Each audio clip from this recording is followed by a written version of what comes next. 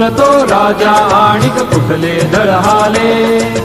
प्रारंभी जे अद्भुत वाटे गहन भीतीदायी, या विश्वाचा स्वभाव कळता भय उरले नाही. या दुनियेचे मर्म न कळता जगणे केवळ फुका. जे दिसते ते असेच काहे, हे दिसते ते असेच काहे, उलगडण्याला शिका. डोळे उघडून बघा गड्यांनो, झापड लावू नका.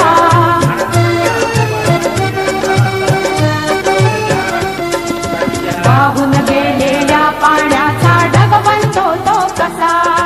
बीज पेरता कसे उगवते पाऊस येई कसा.